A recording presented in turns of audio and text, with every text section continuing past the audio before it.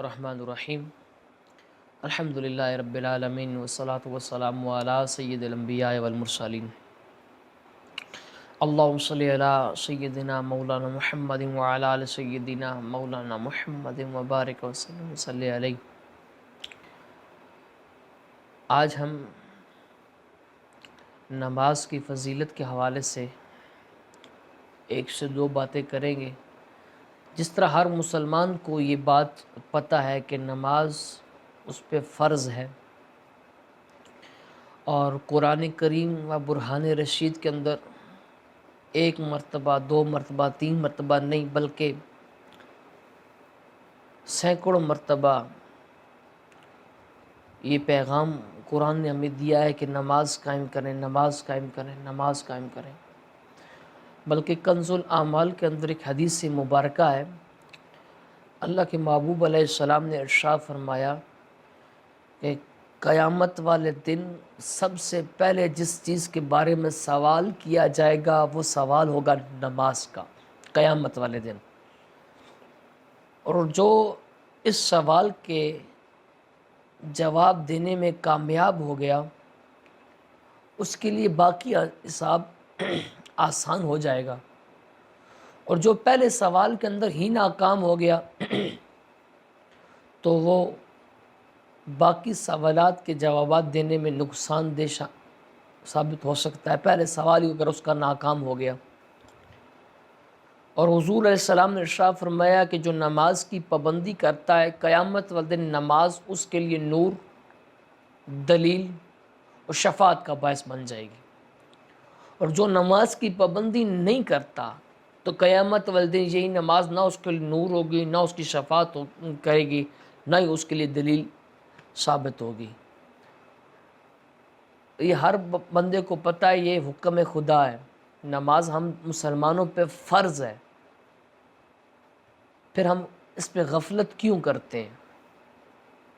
اور اکثر ہوتا ہی ایسے ہے کہ ہم یا تو نماز پڑھتے ہی نہیں ہیں، اگر نماز پڑھے بھی نا تو نماز کے اندر بھی ہم چوری کرتے ہیں۔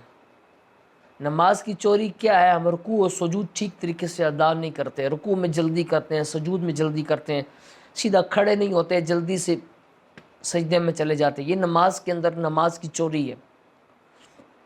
ہمیں اپنی نماز ٹھیک کرنی چاہیے، تکبیر تحریمہ ٹھیک کریں، اپنا قیام ٹھیک کریں، ہاتھ کہاں باندھنے وہ ٹھیک کریں، رکوع ٹھیک کریں، سجود ٹھیک کریں، تشہد اپنا ٹھیک کریں۔ بے شمار غلطیاں ہم مسلمان ہیں، ہمیں سیکھنی چاہیے۔ ہم شرماتے رہتے ہیں کہ پتہ نہیں اگر اس عمر میں جا کر، بڑھاپے میں جا کر یا جوانی میں جا کر ہم کسی سے نماز کے بارے میں پوچھیں گے، وہ ہمیں آگے کہے گا کہ ابھی تک تیری اتنی عمر ہوگی تجھے نماز نہیں آتی، کیا تجھے نماز کے مسائل نہیں آتے؟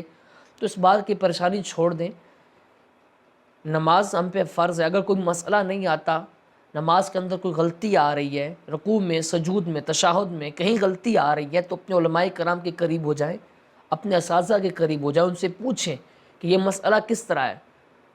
ہماری نمازوں کے اندر آپ یقین کریں اتنی غلطیاں جو بیان نہیں کر سکتے، اور نماز خشوع و خضوع کے ساتھ پڑھیں۔ آپ کی توجہ بالکل اپنے رب کی بارگاہ کی طرف ہونی چاہیے۔ جب آپ کھڑے ہیں عبادت خدا کے لیے تو پھر آپ کی توجہ بھی اپنے پروردگار کی طرف ہونی چاہیے۔ اب کتنی خوبصورت حدیث مبارکہ ہے، حضور صلی اللہ علیہ وسلم نے فرمایا نماز میری آنکھوں کی ٹھنڈک ہے۔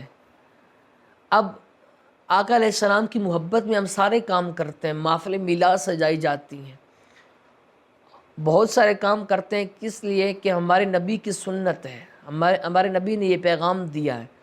تو بھائی ہمارے نبی نے جو کہا ہے کہ ہم نماز میری آنکھوں کی ٹھنڈک ہے، ہم وہ کیوں نہیں پڑھتے؟ اس طرف ہم کیوں نہیں جاتے؟ دنیا کے کاموں کے لیے ہمارے پاس وقت ہے، بے شمار وقت ہے، نماز کی طرف ہم کیوں نہیں جاتے؟ نماز کی طرف ہماری توجہ کیوں نہیں جاتی؟ ہم مساجد کی طرف کیوں نہیں جاتے؟ میں اکثر ایک مثال دیتا ہوں، بات بڑی لمبی ہو جائے گی، کہ اگر کوئی ہمارا بہن بھائی، کوئی دوست ہمیں شادی کا کارڈ بھیجتا ہے نا، تو ہماری کوشش ہوتی ہے وہاں پر لازمی جائیں۔ کیوں؟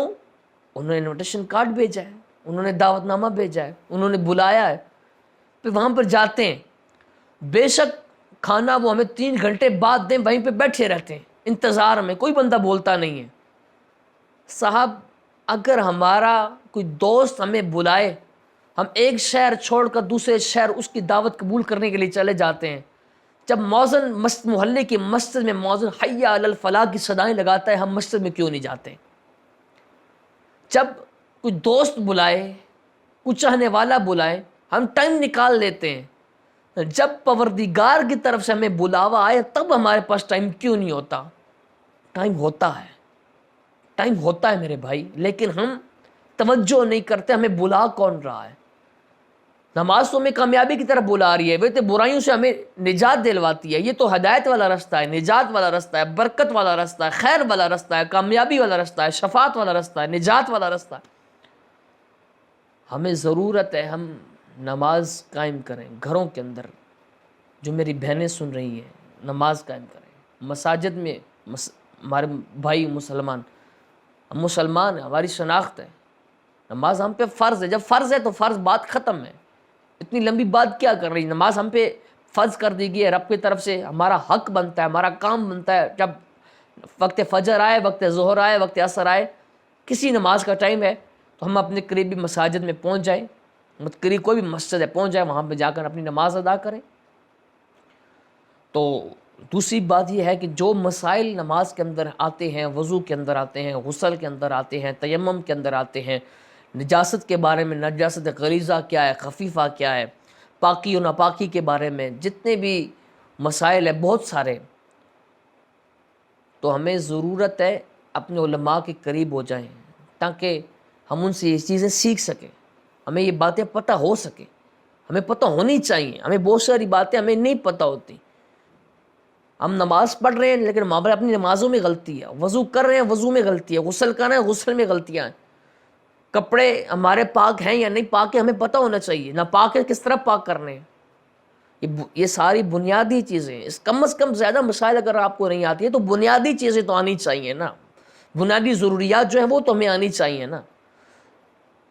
بس دعا ہے اللہ تعالی ہم کو دین اسلام سمجھنے کی توفیق عطا فرمائے۔ گزارش بس یہی ہے کہ جو مسئلہ نہیں آتا پوچھ لیا کریں، علماء کرام سے پوچھا کریں، اپنے اساتذہ سے پوچھا کریں، کوئی اہل علم حضرات ہیں ان سے پوچھا کریں تاکہ ہماری رہنمائی ہو سکے، ہم کامیاب ہو سکیں، ہم اچھے مسلمان بن سکیں۔ ہم مسلمان ہیں، صراط مستقیم اہدنا الصراط، نماز میں کہتے ہیں اہدنا الصراط المستقیم، تب ہمیں پتہ چل سکے کہ یہ سیدھا رستہ کون سا ہے اور ولا الضالین کون سا ہے، غیر المغضوب علیہم ولا الضالین۔ اللہ تعالیٰ ہمیں عمل کی توفیق عطا فرمائے۔ وما علیہ الا البلاغ المبین۔